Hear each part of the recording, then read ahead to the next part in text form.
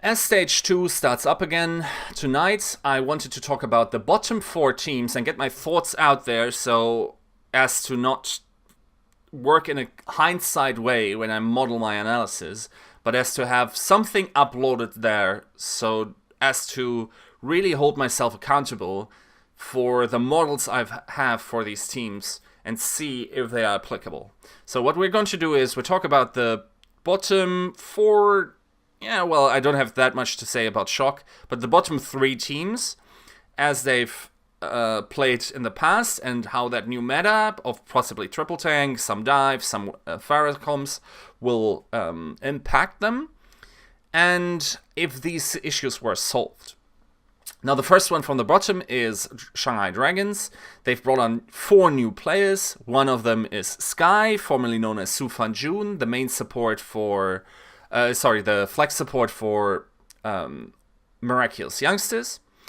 And you have to say, if he actually was the mind behind a lot of these strategies, yes, this will absolutely be an upgrade for Shanghai Dragons if he was to bring in leadership, certainly, because Shanghai, more than just an individual skill, which they are also lacking a little bit, they also looked very disjointed, and which was most of the time the reason they were behind. Now, if they bring in someone as great as Su Fanjun supposedly was in terms of shot calling, from what we've heard from the Miraculous Youngsters, even though he's still quite a young guy, I think he just recently turned 18, then yeah, this is an immediate upgrade. Now, the interesting part about this whole scenario with Shanghai Dragons is that I think with the 3 Koreans coming in, Ado, Gregory, and Fearless, is that they are individually probably more skilled than all the counterparts on their team, with Ado being a bigger talent than Undead and Dia, even though at the moment, even though there's not too much overlap in hero pool, in the specializations these people have, he would probably also at the moment be an upgrade, but not as big as the other people. Now, obviously, these Korean players have never played with each other, so we're not forming a new core there. We're trying to develop a new core. And that's exactly the type of thing I want to see when watching Shanghai Dragons. Will they go for the short-term improvement, which would be to bring in Su Fanjun and try out the all-Chinese roster with the exception of Gregory, even though I wouldn't know how you wouldn't necessarily include her in the shot calling just now, but maybe that's something, because she would absolutely be an upgrade, especially in the tank meta era, and you would probably have to feel her in the first place unless you're playing MG, which I don't think is a very good idea. So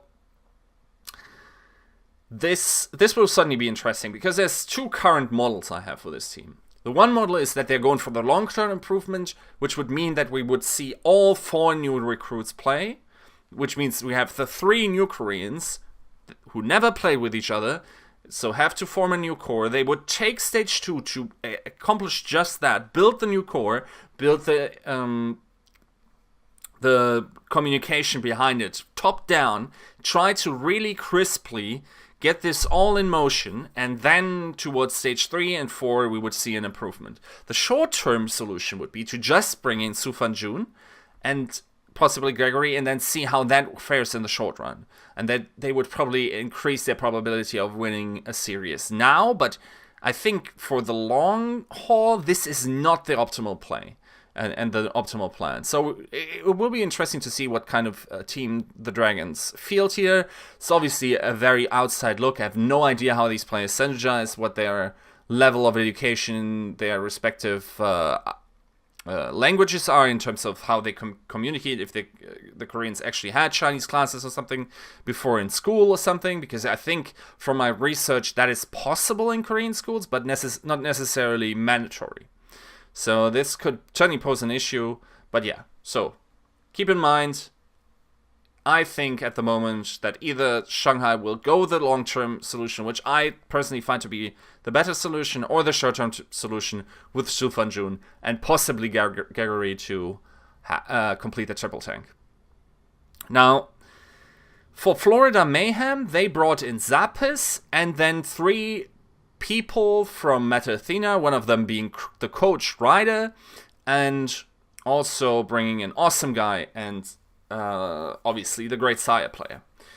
Now, let me quickly talk about the issues I saw on Florida before this. So, the biggest problem I saw with Florida was that they were understaffed with coaching. And that means that all the other teams had a ratio of like 2.5 to 2 to 1 player per coach. So you had, for every 2 players, you had 1 coach in the top staff teams, for instance, like in Boston Uprising. And when I say coach, I also mean analyst. In Florida, to the best of our knowledge, and also what's presented on official sources, there is only Mineral that is presented as a coach, and now Ryder comes in, and they are also looking for an analyst, and that would make it 3, and then maybe they have 1 support staff. I don't know what Anna Flame is exactly doing for them, though. You know, you sometimes need like a manager of a team that just takes care of everything, housing and transportation and press stuff. So just tell the players when to be where and whatever. This is certainly also an important part that gives them structure, and structure shouldn't be undervalued. But yeah, from what I've seen, they are definitely the most understaffed team in Overwatch League, and they've only done small steps towards getting out of that cellar. So already this issue is not entirely resolved, even though it has been a little bit improved, especially with bringing Ryder in.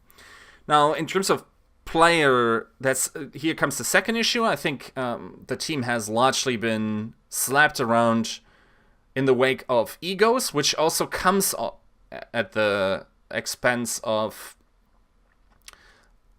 too little coaching. So if you don't have a leadership coaching staff, and it's very hard for instance, for someone like Mineral, even if he has a solid understanding of the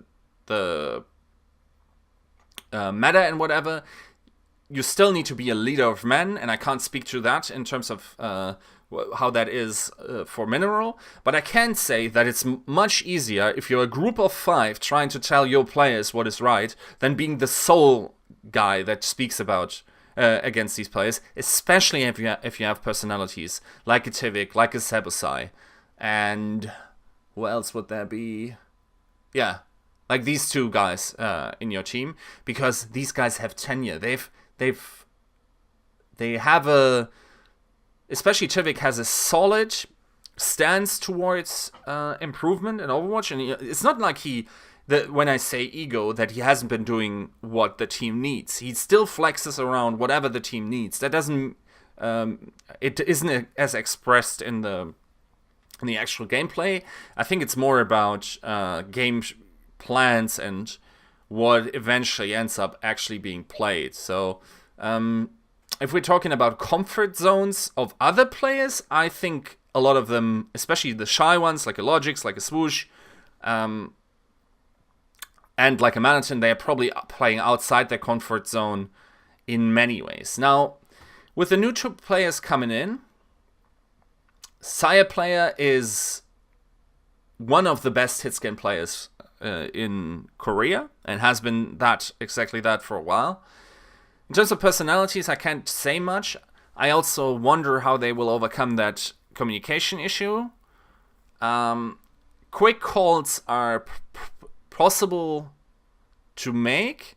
Now you need, and that is the one silver lining I have, is that I model, yes, the core of 4, but there's also a smaller unit, which is the main tank and the dive DPS, in this case Tracer. And if we're looking at all these structures, so Fissure and Asher for Gladiators, we have Prophet and Gesture, right? We have for New York Excelsior, we have obviously Mano and Sabiobi, right? These players play together with each other, and this is possibly a great unit of success, immediate success possibly for Mayhem, that Saya player and Awesome Guy already probably have this synergy built up from the Mid-Athena days, and that this synergy in that part is at least plug and play. So their dive should certainly take a huge positive bump towards improvement here. So I expect Saya Play and Awesome Guy to start. Is that the best thing for long-term improvement? I think so. Now, where does that leave Logix? I think Logix... So, he hasn't been a monster on Trace like he used to in Contenders, but his McCree was pretty good, actually. So, despite his team not doing that well, he was probably one of the better McCree performers in the Overwatch League. And also, Stresser was maybe slightly below average in actual impact. The question is, where would that leave him? Now, this is very hard to say, and it will probably come down to meta, but I hope he gets to specialize more, so his champion pool, and especially his playstyle, is not dragged out, so he needs to be in all the positions, on the front lines, in the back, and sort of play a support tracer to guard the back line. Now, I think that's also a problem that we will see with Florida, is that Saya player will probably have to play around their backline, which honestly is underwhelming for Florida. So Sebusai and Zape aren't exactly the best backline in the Overwatch League. Now, it hasn't been expressed as much, and we will see how this will fare, how they will fare over the coming weeks, especially in the new meta. But yeah, like the Mercy meta wasn't kind of them. Zape also didn't turn out to be a great Zen, so if that Zen was to continue to be played, this is a problem. Especially also, even if they switch Zabusai to Zen, that's not a huge upgrade. So there's certainly understaffed there. In terms of what Zapis will be able to do, maybe we bring some leadership to that team. That's an interesting thought, especially keep in mind, this is a player that was one of the OG triple and quad tank players, so if he was to bring in some hidden knowledge that wasn't as expressed by other members, I think every team that currently has a former NIP player could potentially, just from the residual and almost ancient knowledge at this point about triple tank, could hugely improve or benefit from that knowledge, because this team had been playing it. It must have been at least 8 to 10 months when it was. They started that meta, were playing it before, then they played that entire triple tank meta, and they played beyond the triple tank meta when they were no longer a serviceable team or a winning team anymore. So, Florida, bottom line, I don't think they have fixed their issues yet, and I don't think they will get out of the bottom of the cellar there. I think other teams, so for instance, if you're thinking about, in order to get up there, they need to beat teams like a Gladiators, like a Shock. They themselves will improve Gladiators, especially because of Fissure, but San Francisco Shock definitely because of then two players coming of age to participate. So Sinatra coming in, plays a mean Zarya, plays a mean Tracer. And then obviously Super coming in, even though there's a mild confusion apparently what he's supposed to play. But he played Hog in the past, he played main tank mostly in the past, and certainly could also help solve that whole Nomi issue. But not too much on them. But if Florida wants to beat these teams, it's hard to say if those improvements were enough. And my guess would be that they would struggle in the beginning and will struggle for most of Stage 2. Even into Shock now finally fielding these players. And let's not forget, I'm actually not sure if they can field these players immediately, because also with Shanghai, we've heard that because of visa issues, their appearance in Stage 2 will be delayed. So we'll see what's going on there, but just as an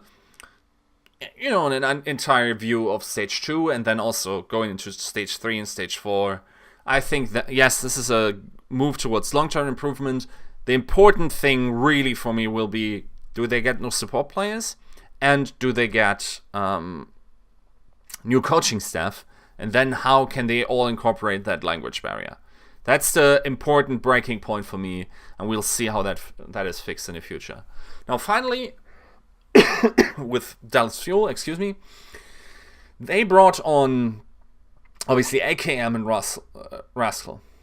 Now, let me first point out the issues with this team. People have been saying that this team had a problem in the projectile department, and that's why they haven't been able to play dive or Farah comps. I think there's no grounds to this whatsoever. I think the actual issue is that both of these comps require a very vocal Winston that target calls, that knows how to play in these situations, that knows how to lead a dive, and with a ban of XQC for the entire stage 1, that simply wasn't possible. And the most of the people put the culprit, or see the culprit in Siegel. Statistically, that's absolutely not true. At the moment, statistically, Siegel, even contextualizing everything, is at least a top 5 Genji in the league. Actually, by stats, he's a top 3 Genji in the league, even though his team has been losing for most of the playtime that he has played Genji, which certainly wasn't only because of him. Now, he had some weird moments. For instance, Eichenwald comes to mind, where he drops to his death while going through castle with a blade up, and then Taimo needs to clutch it. That worked out in the end, though, but yeah, that's obviously not something you want to see from your carry Genji. But in all other scenarios, he's actually pretty serviceable, and I think the general notion that Rascal will now be such a huge upgrade in the Genji and in the Farah department is mostly displaced, and the only real reason why this would be an upgrade is that he has better synergy with Effect because of language. In terms of AKM, what he will be able to do, he probably... I mean, there's some rustiness probably to his play because he hasn't played so long in a solid team, but at least at the World Cup, he showed himself to be a pretty solid Farah. At the same time, Siegel still very serviceable from what we've seen when they played them on Eichenwald. And let's keep in mind, this team has like a total of 30 minutes of Farah amongst all of them. They're not playing Farah. So that's either due to not having a good Farah, which is really inductive reasoning. Because if you actually look at what Siegel was able to do on Farah, I think it's almost inarguable that this was either due to communication issues when they play the projectile heroes, either Genji or Farah, and not necessarily to the individual performance, and also then the Winston, as I said before. So AKM comes in, and the question is where does he land, right? So the problem with this team has always been shot calling.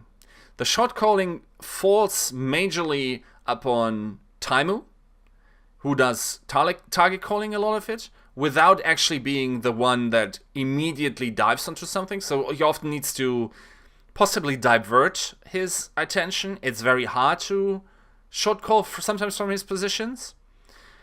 And that's sort of exacerbated the issue when he wanted to be not to play and to focus on self-improvement, and sort of had a self-imposed pause, as we've heard from Uber before. So my question then is, where does the leadership aspect get fixed? Because AKM is probably not bringing the leadership in, or probably won't be a main caller for them, as a DPS realistically shouldn't, and neither will Rascal. So the one thing I think where we could see improvement is if a triple tank meta majorly runs around and Taimo gets to play Roadhog a lot.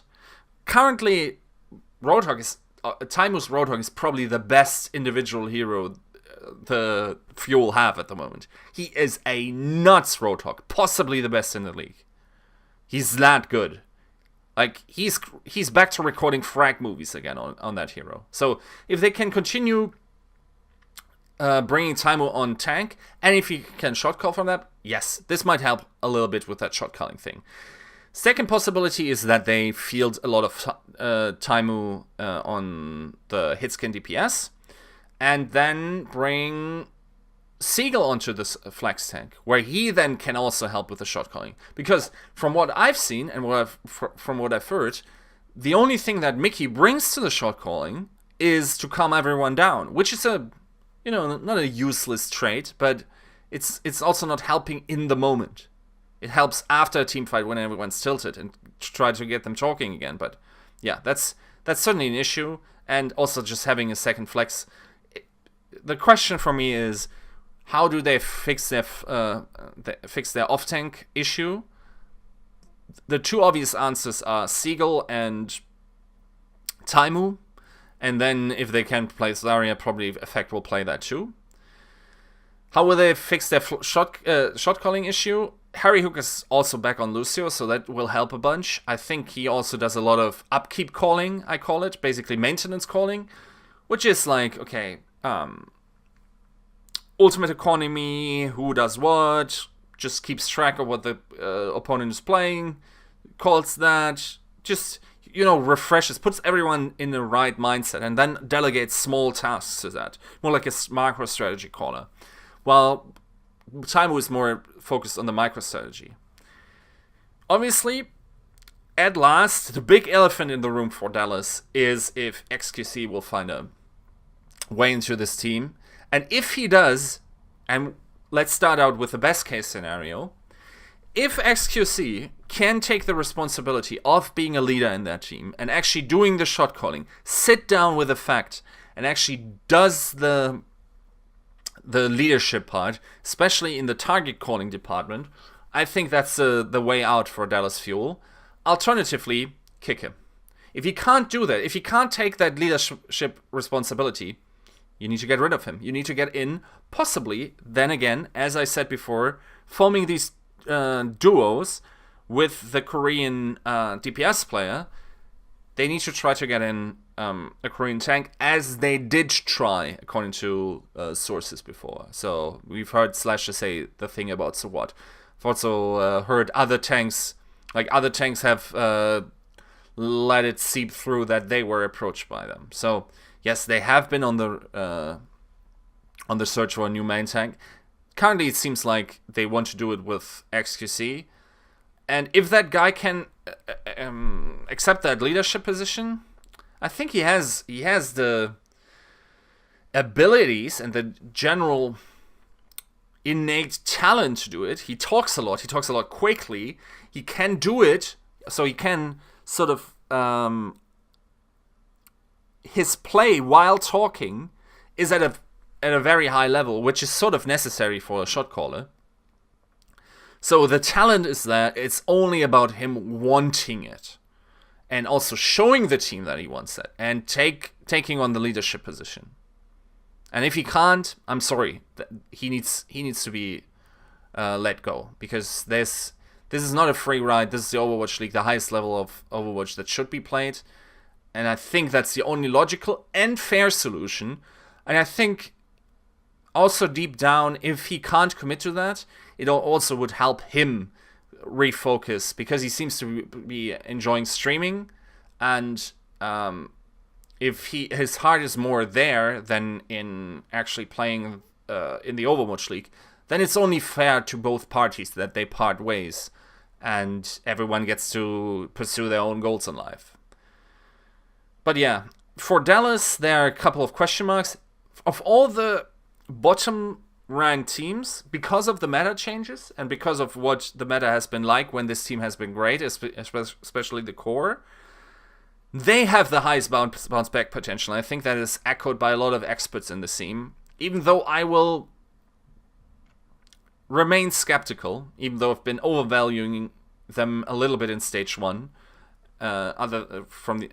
in comparison to the other analysts, because I always thought these issues were smaller than they actually were. And now that I'm confident in my model what the problem with Dallas is, I think that is an issue that has a sort of high probability to still remain even after these recruitments, which, from my understanding and from the probing and just trying to run these mental models, I don't think have been fixed yet, also for the reasons I've mentioned before.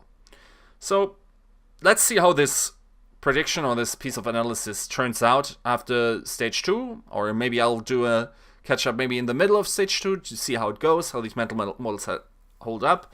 And then obviously this is also, I've talked about long-term improvement, how teams like Shanghai Dragons if they go the long route, will develop over the season.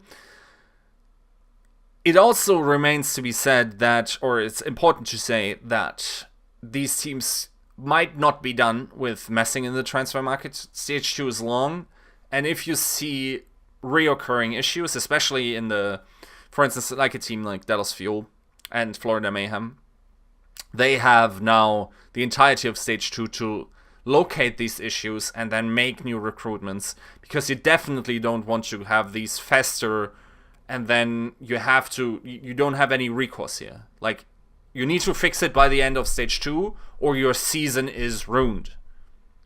Unless these issues are somehow fixable. But you can't switch anyone out, and you don't have any way to improve after that. So this stage is probably the most important in terms of decisions making of the team, of the management for the entire season. And if they can be honest with themselves and locate the problems and then fix them, they are looking at a bright future. As it stands, they need to improve definitely because they're in the bottom row. So let's see how they match up, and thanks for listening.